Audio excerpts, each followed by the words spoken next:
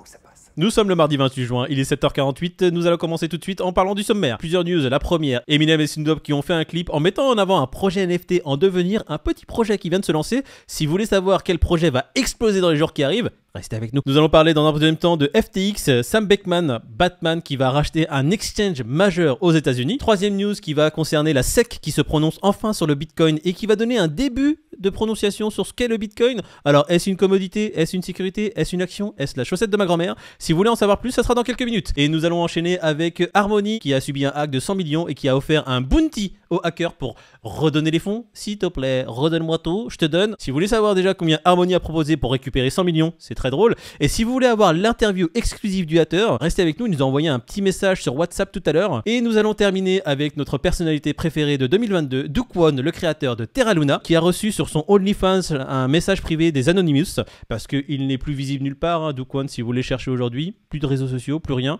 Et pour apparemment faire de l'argent, c'est une rumeur que j'ai entendue, il se prostitue sur OnlyFans. Si vous voulez savoir ce qu'ils lui ont dit, restez avec nous, c'est à la fin de la vidéo. Nous sommes le mardi 28 juin, bienvenue à tous, c'est la matinale, ça commence tout de suite. Et je suis rejoint aujourd'hui de David, mon seul ami d'aujourd'hui, parce que Peter nous a lâchement abandonné. Comment ça va, David?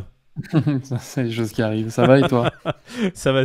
C'est des choses qui arrivent. Nous allons passer directement au prix. Je vais te faire un petit résumé de ce qui s'est passé durant ces petites dernières 24 heures, David. Tu vas voir, ça a été un peu funky. On a un Bitcoin aujourd'hui en dessous des 21 000 $. Il est à 20 770 $. Un Ethereum à 1188 $. On va passer directement au tableau général pour voir un peu ce que les prix des autres coins ont donné. Un BNB à 234 $, un XRP à 34 centimes, un Cardano qui est passé en dessous des 50 centimes, qui est à 48 aujourd'hui, et un Solana qui a pas réussi à tenir ses 40 $, qui est à 37. Bon, on va passer directement aux courbes. Hop! Qu'est-ce que nous dit le Bitcoin? Nous sommes en daily. Bon, on va pas parler trop longtemps des courbes. Alors pourquoi ces dernières journées je ne parle pas, je ne rentre pas dans le détail des courbes? Pourquoi? Parce que le Bitcoin est inintéressant. Et de toute façon, tout ce qui se passe sur le marché crypto est inintéressant. On se retrouve encore une fois à des prix, ce qui se situe entre 20 000 et 21 000. Encore une fois, je l'ai dit hier, mon avis sur ce qui se passe en ce moment sur le marché, c'est que tout est hautement instable, on n'a aucune stabilité, vaut mieux patienter de voir ce qui va se passer, un mouvement majeur. Soit ça se crache encore une fois, on passe en dessous du 19, on arrive au 17, on se dirige vers les 15 puis au 10, soit bon, bah, le Bitcoin décide de faire un rallye vers le haut, dépasse enfin le premier palier des 23 000 $, arrive à grimper jusqu'aux 26 000, et dès qu'on aura passé les 28 000, là on pourra se dire bah, y a un changement de tendance. Pour l'instant, nous, personnellement, à part faire du DCA, attendre des zones de prix intéressantes, on ne fait rien de plus. L'Ethereum, pareil, je vous montre juste la courbe en daily. L'Ethereum, lui, c'est un peu différent. L'Ethereum, lui, il tousse, il est en train de descendre, il arrive à se maintenir, il commence à avoir un point de côté et il retombe derrière. On l'a vu il y a 2 semaines, pendant le week-end, l'Ethereum était passé à 3 chiffres. Ce n'est pas quelque chose d'anodin, c'est pas quelque chose de difficile pour l'Ethereum. Il va passer très facilement à 3 chiffres. Il n'a aucun support particulier à la zone sur laquelle il se trouve. Donc, un Ethereum qui, pendant une baisse majeure, se retrouve peut-être à 500 $, ce n'est pas utopique, c'est même très fort probable. Bon, j'espère moi en tout cas qu'il passera à 500 $, parce que recharger à ce prix-là en ce moment, il est quoi? Il est à 1187 $, absolument pas intéressant pour nous. Bon, je te propose de passer directement au Crypto Fear & Greed et parler de l'indicateur préféré des Français, David. Il doit être à 10 aujourd'hui, 10, 11. Bah regarde, il est à 10. T'as Voilà, une petite blague dessus? j'en ai plus. En fait, au bout de 93 000 vidéos, je pense que c'est compliqué. Même Jerry Seinfeld, il saurait même plus improviser une blague. Justement, il attendait qu'on fasse une blague pour essayer de la mettre dans un spectacle. Bon, je te propose de passer directement à la première news. Snoop Dogg et Eminem qui ont fait un petit clip en mettant en avant le projet, le petit projet dont on a parlé, le petit projet NFT qui est Bored Ape BYC. Un petit projet qui vient de voir le jour, ils en sont au stade d'ICO, je crois. Ouais. Moi, j'y crois, ça va péter. Ouais, j'ai été whitelist, j'espère en avoir un. J'en profite pour faire un gros big up à mon pote Anthony qui m'a envoyé le clip. En fait, lui, il savait pas que c'était des Bored Ape, donc c'est assez marrant. Dans le clip, donc, t'as Eminem et Snoop Dogg, qui sont 2 mastodontes dans l'industrie musicale quand même, qui arrivent en studio, et ensuite ils se transforment en Bored Ape, et le Bored Ape qui est représenté par, que représente Eminem, c'est celui qu'il a acheté au mois de septembre. D'accord. Et en fait, ce qui est incroyable, c'est que ce clip-là a été présenté lors du Ape Fest, donc le festival de Bored Ape de BYC, rien que ça, en fait. Donc les mecs, ils font des festivals. Bientôt, ce sera plus Coachella, hein, les gars. Non, mais marketing de génie, ils sont trop forts. Ah, c'est fou. Il y a 0 fausse note pour l'instant. Et là, de voir que 2 grosses têtes du rap et de la musique, hein, parce que c'est devenu mainstream de ouf, c'est incroyable. Moi, je pensais que c'était des petits Eminem Snoop Dogg. Ils se sont pas lancés il y a quelques mois, non? Bah, ils ont lancé un petit SoundCloud il y a 2-3 mois, mais ça pète bien, j'y crois perso. Je crois aussi. Je vais investir sur Eminem. Un petit blanc dans le rap. Je pense qu'il peut aller loin. Snoop Dogg, je savais qu'il avait pas mal de NFT, mais il en a 842, le mec. Ce gars-là aime ça. Snoop Dogg, qui est massivement investi dans le Web3, dans la blockchain, il a déjà plusieurs projets. Il est massivement investi dans Sandbox.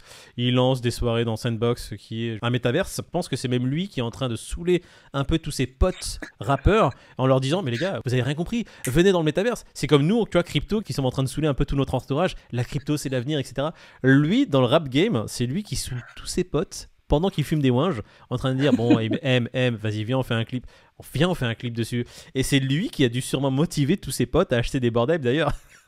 Bravo Bored Ape, hein. Franchement, marketingment parlant, vous êtes trop dans le turfu. On va passer à la news suivante, FTX, donc Batman qui va racheter apparemment un exchange majeur aux États-Unis. C'est Sam Bankman qu'on appelle Batman et qui va acheter Robinhood. Donc pour moi, c'est dans l'ordre des choses, c'est normal. Et donc c'est une rumeur, mais rumeur quand même lancée par Bloomberg. Donc voilà, c'est pas rien. À prendre avec des pincettes quand même. Hein. Ouais, on va surveiller ça. Mais c'est assez incroyable parce que ce gars-là, moi, il me fait marrer parce qu'il a l'air comme ça un peu dégène, mais on en parlait tout à l'heure, je disais, on dirait qu'il a gagné à l'euro million, et comme tu as dit, en fait, il a gagné à l'euro milliard, et il dit, bon, alors, je vais acheter ça, ça c'est bien, tu me le mets aussi, ok, ok, vas-y, donne.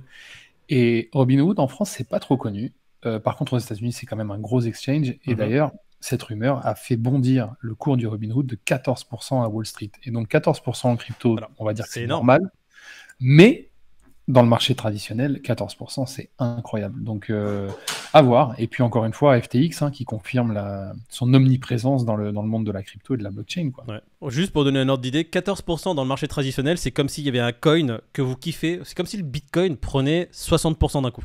D'un coup, ce Bitcoin fait plus 60%. Batman qui continue à faire des emplettes, on dirait un Saoudien sur les Champs-Élysées qui justement achète tout et n'importe quoi.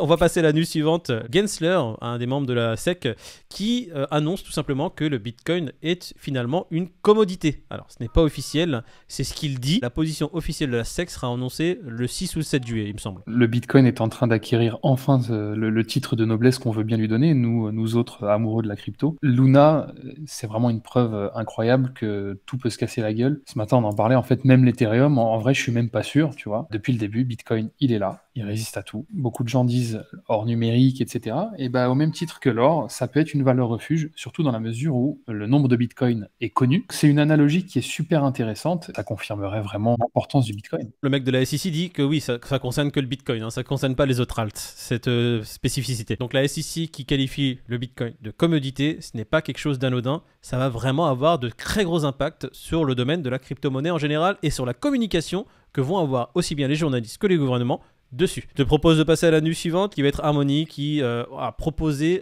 un bounty de 1 million de dollars aux hackers qui en a pris 100 pour rendre l'argent. Donc Harmony qui s'est fait siphonner, pour rappel, 100 millions et qui ont juste dit, bon, on te propose combien, David? 1 million, c'est une bonne affaire. En fait, je pense qu'ils se sont dit, bon, il va se contenter d'1 million. Il en a déjà 100, mais s'il nous rend tout et qu'on lui rend 1 million, je pense qu'il... Voilà. Moi, le truc, c'est qu'il y a un truc qui s'appelle C'est quoi? Tornado Cash Mixer, c'est ça? Ça, c'est quand même un truc de fou.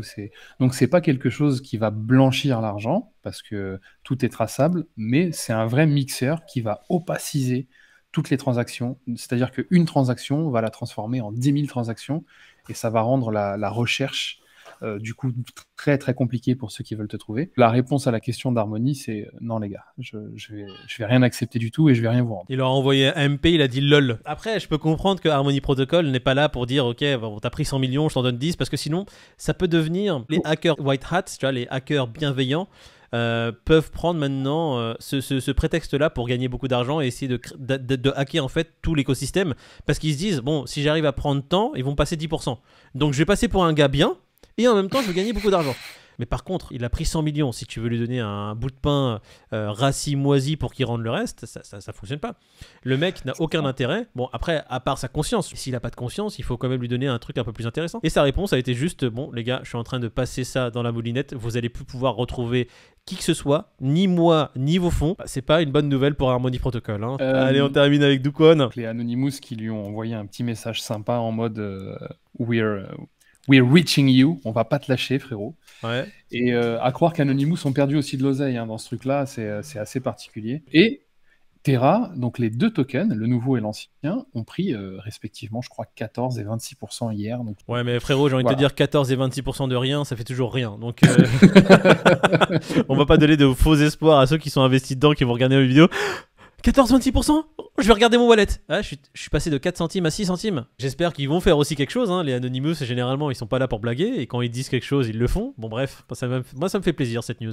Tu vois, d'avoir une sorte de vraiment de super-héros, tu vois, le Batman de l'ombre, qui sort de nulle part et qui dit « Bon, la justice ne t'a pas encore attrapé, mais nous, on arrive. Allez !» J'ai envie de te dire, on va terminer la vidéo sur cette news. C'est quand même la 4e fois qu'on filme cette vidéo. Hein. Voilà.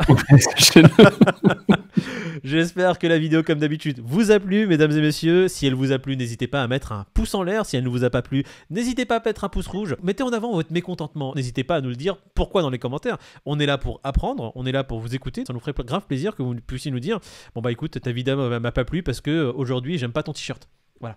Ouais, voilà, ça c'est un truc fondé, tu vois, si c'est des faits réels. N'hésitez pas également à vous abonner. Et puis nous n'allons plus qu'à vous souhaiter une très bonne journée. Je sais pas si tu as un petit dernier mot pour nos auditeurs, David. Merci à vous les gars. On est bientôt 500 abonnés. C'est assez ouf. C'est de bon augure pour la suite. Nous sommes tous très heureux de vous avoir. Écoute, on se retrouve demain matin, David. Peut-être avec Twitter, on sait pas.